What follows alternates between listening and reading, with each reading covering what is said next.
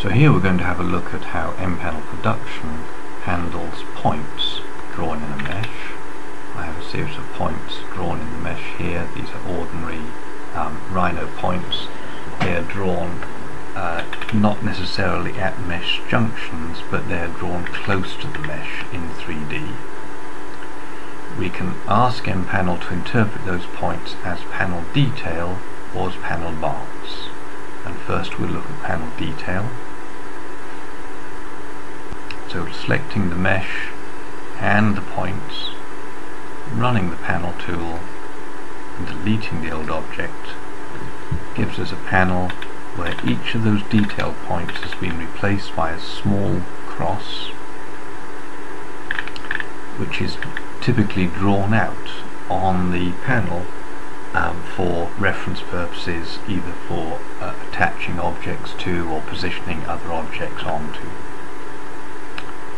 Sometimes we want these crosses to be joined together into a curve, and we achieve that by, or we tell the program to try to do that by colouring all of the points with a simple primary colour.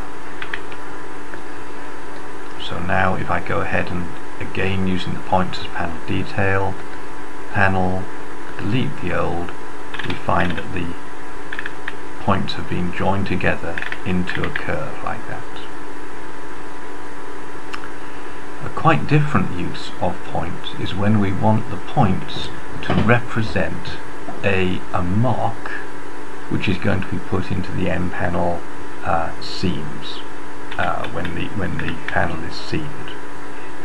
And to do that, we specify that the points are to be used as panel marks.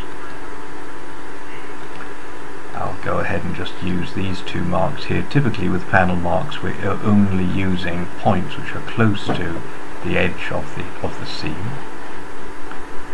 We'll panel that, delete the old, and you'll find that there are marks drawn on here, but to show that these are mark points rather than detail points, they're coloured orange. Those orange points, I'm just going to make a copy of this panel segment just here. Those orange points during paneling, that is rather during seaming, these points are transferred into small marks in the seams. You can see these marks which are drawn in just completely in the seams, and when I delete the old panel, here's the seam and here are the marks which are referencing the panel marks that were put in. And so this allows you to identify particular parts in the panel without leaving a mark, a plotted mark, actually in the panel itself. I'll take another copy of this panel and just show that those marks just here are going to occur in addition to any specified marks in the panel edge. So on this bottom panel edge, let me specify that there are going to be perhaps just two marks, which will give us a mark at each end of the seams.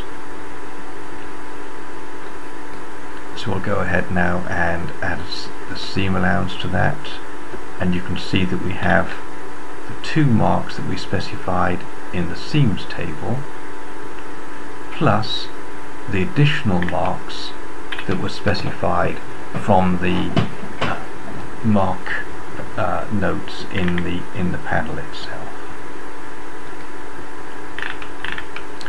There are some situations where you want to have some of the marks read as panel detail and some of them as panel marks.